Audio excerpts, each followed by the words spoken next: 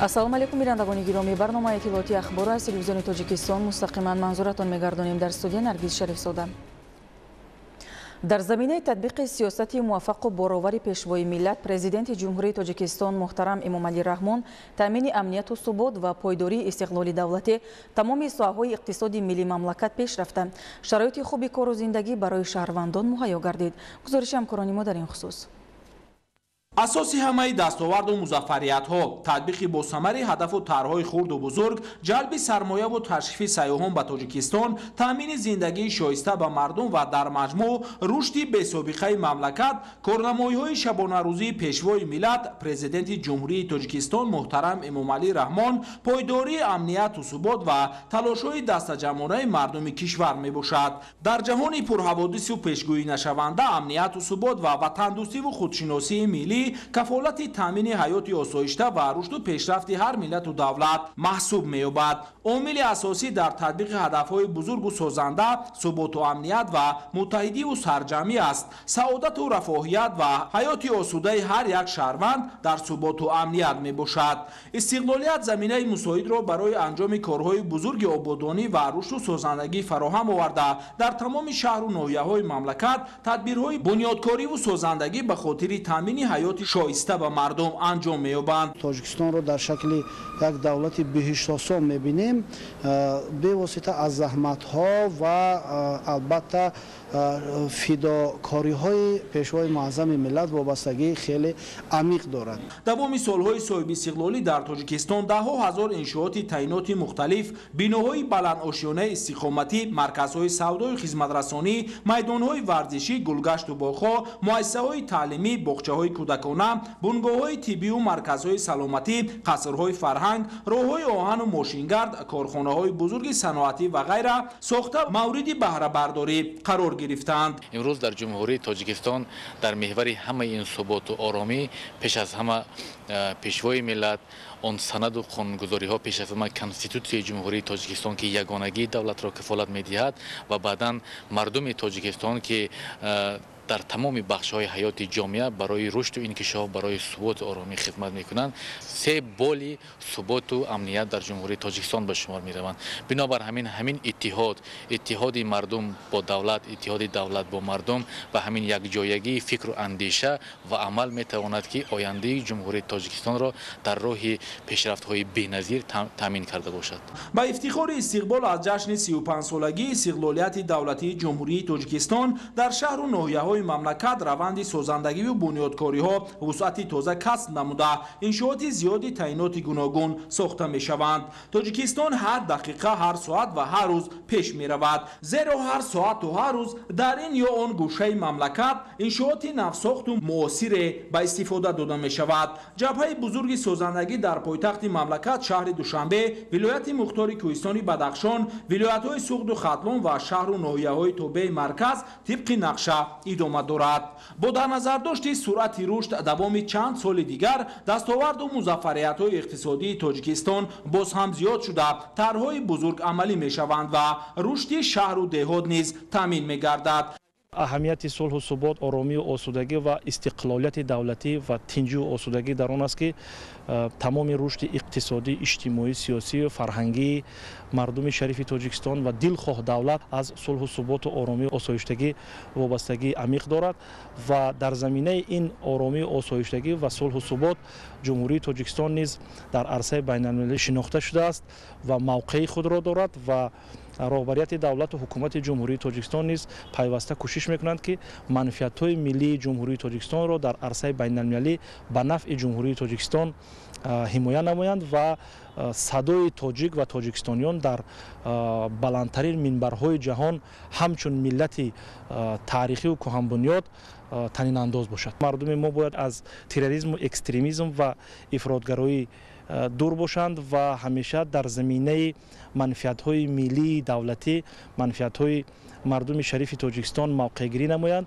ва бештар мардум бояд рӯ биёранд ба касб омӯхтан, ба илм омӯхтан, чунки дар шароити имрӯзаи соҳибистиқлолии давлати миллии тоҷикон чунин шароит муҳайё аст, фароҳам аст ва барои рушди зеҳнии мардум, барои рушди зеҳнии ҷавонон шароити ارزنده مهیا شده است و هر یک تاجیکستانی که در جمهوری تاجیکستان زندگی میکند باید کوشش نماید که از این نعمت بی‌بها ثمرناک استفاده برد و برای رشد میانبرده دولت و ملت زمینه مساعد را با میراث گذارند. طوری گفتیم نقش و اهمیت ثبات و امنیت در تامین عملی شوی روند صنعت کنونی با صورت مملکت رشد با ثبات اقتصادی و اجتماعی مهم است و همزمان اقتصاد پیشرفته و دستاوردهای بلند اجتماعی تامین زندگی شایسته با سوادی معرفت‌ناکی و معلومات‌داری میتواند امنیت و ثبات را تحکیم بخشد. از همین خاطر ثبات و امنیت و یک پارچگی تاجیکستان آباد و آزاد را در وضعیت حساس و پیشگویی نشونده منطقه و جهان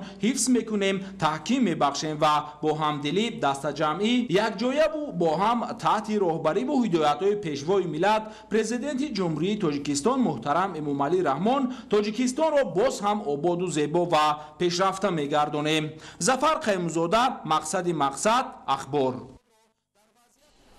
رشد علم و معنویات جامعه وسیله اساسی برای تحکیم خودشناسی و حفظ دستاوردهای استقلالی دولتی محسوب می‌یابد.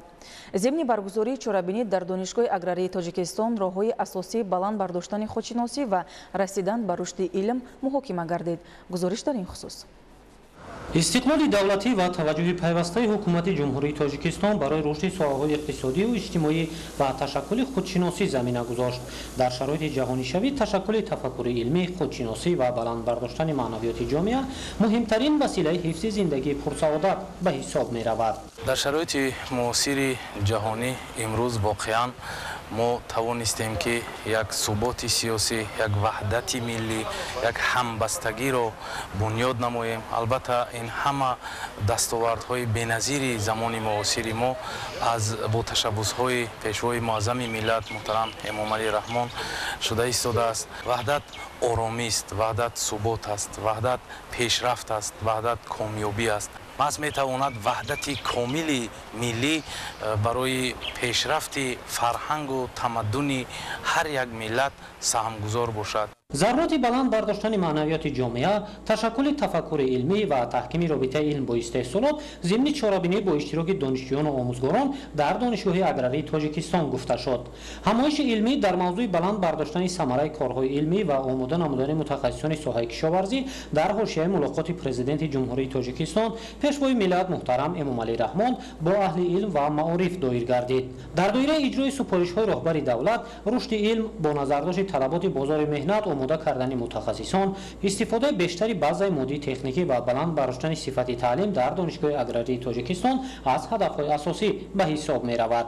در زمان جهانی شوی ما قرار داریم. ما می‌دانیم که این زمان جهانی شوی هست، یک جهان بسیار حساس است، یک جهان هست که تمام کشورها کوشش میکنند که منفعت و ارزش‌های ملی خودشان را از دست ندهند. از ما هم تقاضا می‌شود که باید علم وطنی را پیش بریم.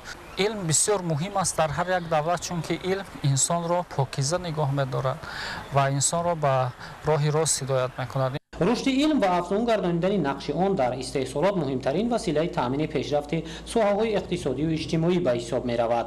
با بهتر گردانیدن امکانیت‌ها نقش علم در استحصالات وسیع و برای حفظ دستاوردهای استقلالی دولتی توسط آماده کردن کادرهای لیاقتمند ساحه زمینه‌گذاری کرده می‌شود. با استقبال 35 سالگی استقلالیت دولتی جمهوری تاجیکستان در ناحیه جابور расулов بنیاد، تعمیر و نوسازی 272 انشاءات تعییناتی گوناگون به نقشه گرفته شده است. حالا در ناحیه کارهای ساختمانی در بیشتر از 30 انشاءات ادامه دارد. گزارش عبدالوهاب عبدالستور و الیاس باباجان. با افتخار 35 سالگی استقلالیت دولتی جمهوری تاجیکستان در ناحیه جابور расулов ولایت سوخت تدبیرهای آبادانی و سازندگی مرحله به مرحله عملی گردیده در اساس نقشه تحریزی شده در برابر بنیاد و نوسازی دهها انشاءات در مرکز ناحیه همزمان به رشد انفراساختور دهات توجهی بیشتر ظاهر کرده می شود. عملی گردیدن چنین اقدام و تشبس‌های سازنده در دهات ناحیه امکان می‌دهد که مشکلات اجتماعی اهالی سری وقت برطرف گردد. ба ин муносибат имрӯзҳо дар деҳоти ноҳия бо саҳмгузории мақомоти маҳал ва соҳибкорони ташаббускору созанда бунёди марказҳои муосири савдои хизматрасонӣ, мактабу кӯдакистонҳо, марказҳои ҳунармандӣ, толору майдончаҳои варзишӣ, марказҳои саломатию бунгоҳҳои тиббӣ ва дигар иншооти ҳаётан муҳим идома дорад. ҳамзамон дар раванди созандагию ободонии роҳҳои маҳаллӣ асфалтпӯш ва ҷиҳати таъмин бо оби нӯшокӣ ва қувваи барқ корҳои муҳиму калонҳаҷм иҷро карда мешаванд. дар идомаи корҳои ободонию созандагии сокинони ҷамоати деҳоти деҳмой ба таъмиру навсозии роҳу кӯчаҳо оғоз карданд. аз ҷумла бо саҳми аҳолӣ роҳи кӯчаи ба номи аҳмад каримови деҳаи деҳмой ки зиёда аз 2 километрро ташкил медиҳад пурра мунфарш карда мешавад. вусъат ёфтани таъмиру навсозии роҳҳои мошингар дар ҷамоати деҳоти деҳмои ноҳияи ҷаббор расулов далели он аст ки мардум сарҷаму муттаҳиданд ва ҷиҳати амалӣ намудани тадбирҳои ободонӣ фаъолнокӣ нишон медиҳанд ва дар пайравӣ ба иқдому ташаббусҳои созандаи ҳукумати мамлакат хоса пешвои миллат муҳтарам эмомалӣ раҳмон диёри худро ободу зебо менамоянд. мобайни 10-15 сол буд ҷуда ҳам роҳ гузаштан мушкил буд. чуқуриҳош бисёр буд. вақти борон барф гузаштан мушкил буд. барои ҳамин халқона якҷоя шуда ҳамин асфалт кардем ҷуда ҳам нағз мешад, ҷуда ҳам хурсанд мешад. ба пешвои миллат раҳмат, ба ҳама халқи мо раҳмат. имсол ҳамаи 83 километр роҳи ноҳия аз таъмир барода мешавад. аз он ҷумла 68 километр таъмири асосӣ, 32 километр таъмири ҷори ба асфалт ва 42 километр шағалпӯш карда мешавад. дар деҳаи тоҷикободи ҷамоати гулхона бо дастгирии мақомоти иҷроияи ҳокимияти давлатии ноҳияи ҷаббор расулов мардум тариқи ҳашар бинои иловагии муассисаи таҳсилоти миёнаи умумии рақами 10 ки аз 12 синфхона иборат аст бунёд намуда тасмим доранд иншооти навро то моҳи сентябри соли равон мавриди баҳрабардорӣ қарор диҳанд. дар бинои иловагии мактаб ки аз 2 ошёна иборат аст то имрӯз 70% корҳои сохтмонӣ иҷро гардида мақомоти иҷроияи ҳокимияти давлатии вилояти суғд то оғози соли нави хониш мизу курсӣ ва асбобу айёнияти таълимро дастрас менамояд. дар дораи нақшишорабиниҳо бахшида ба 35 солаги истиқлолияти давлати ҷумҳурии тоҷикистон мардуми деҳа бо мақсади бунёдкорию созандагӣ тасмим гирифтанд ки 12 синфхонаи иловагӣ барои мактабачаҳо бунёд намоянд. насиб бошад то 1 сентябри соли ҷорӣ мактаб ба истифода дода мешавад. муассисае ки айни ҳол фаъолият дорад барои 320 нафар хонанда пешбинӣ шудагӣ буд. агар дар сурате ки мо ҳамин синфхона иловагӣ намекардем норасоӣ ба чашм мерасид. мақомоти иҷроии ҳокимияти давлатӣ мунтазам аз ҳамин рафти сохтмон кӯмаки худро расонда истоданд. тадбирандешиҳои саривақтии роҳбарияти мақомоти иҷроияи ҳокимияти давлатии ноҳия ва саҳмгузории соҳибкорон боис ба он гашта ки дар давоми 5 моҳи соли равон баъди бунёд таъмир ва навсозӣ 45 иншооти таъиноти гуногун мавриди баҳрабардорӣ қарор дода шавад. сокинони ноҳияи ҷаббор расулов бунёду ба истифода додани иншооти нав таъсиси ҷойҳои нави корӣ ва тадриҷан беҳтаршавии сатҳи зиндагиро ба дастгириву таваҷҷӯҳи доимии сарвари давлат муҳтарам эмомалӣ раҳмон марбут медонанд ва дар рушди тамоми соҳаҳо бо азму иродаи қавӣ саҳми назаррас мегузоранд. абдуваҳоби абдусаттор, илёс бобоҷон, ноҳияи ҷаббор расулов, ахбор. дар шаҳри душанбе маросими тантанавии ҷоизасупории ғолибони озмуни 20 бонуи муваффақ дар соҳаи бонкдории тоҷикистон баргузор гардид. шарҳи бештар дар гузориши ҳамкорони мо.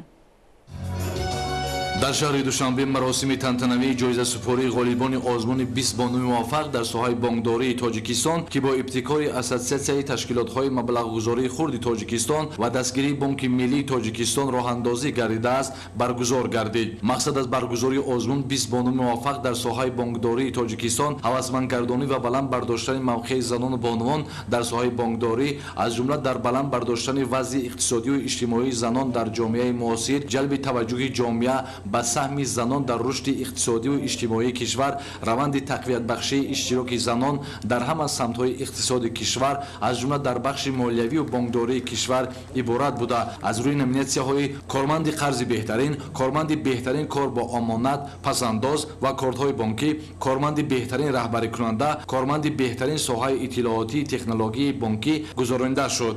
ғолибон барои фаъолияти назаррасу намунавӣ таҷриба ва малакаи волои касбӣ саҳмгузорӣ дар рушди пешрафти соҳаи бонкдории мамлакат иштироки фаъолона дар чорабиниҳои ҷамъиятиву фарҳангӣ ва ғайре интихоб карда шуданд. зимни баргузории чорабинӣ масъулин аз дастгириҳои пайвастаи пешвои миллат муҳтарам эмомалӣ раҳмон ба занону бонувони фаъол ва саҳми онҳо дар рушди пешрафти ҷомеа ибрози назар намуданд. дар идомаи чорабинӣ намояндаи бонки миллии тоҷикистон иброз намуданд ки соҳибкорони бонувон яке аз нурҳои асосии пешбарандаи иқтисодиёт дар ҳалли масъалаҳои асосии иқтисодӣ аз қабили таъсис ҷойҳои нави корӣ, ҷорӣ намудани технологияи муосир, афзоиши даромади аҳолӣ, баланд бардоштани сатҳи некоаҳолӣ ва дар таъмини рушди устувори иқтисодӣ саҳми назаррас доранд. ташкил ва баргузории чунин озмунҳо имкон фароҳам меоварад ки занону бонувони кишвар дар рушди пешрафти соҳаи бонкдории мамлакат нақши муосир гузоранд.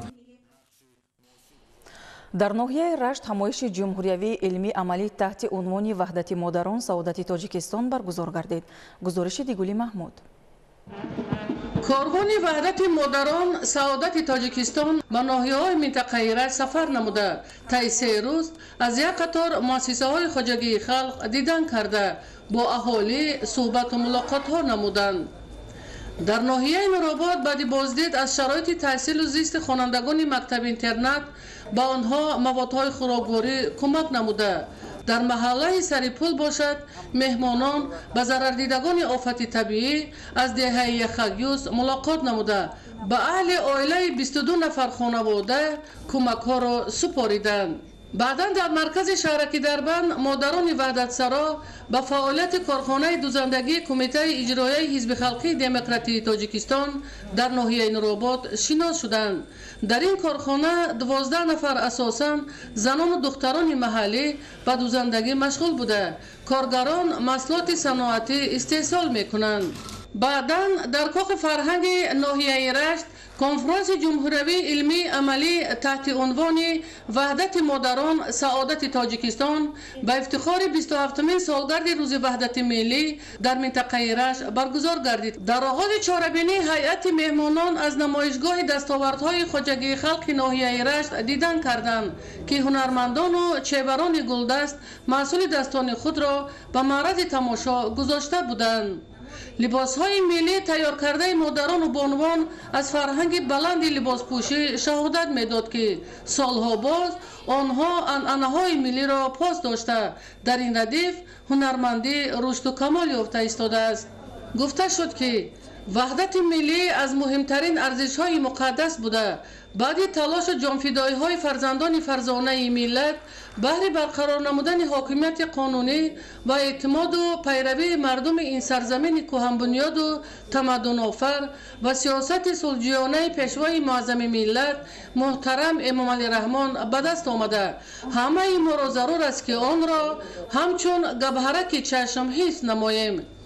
нотиқон дар баромадҳои худ асосан атрофи пойдории сулҳу ваҳдати миллӣ, ободии кишвар, тарбияи ҷавонон, баландбардоштани маърифати ҳуқуқӣ ва дигар паҳлӯҳои иҷтимоиву иқтисодии кишвари азизамон сухан карданд.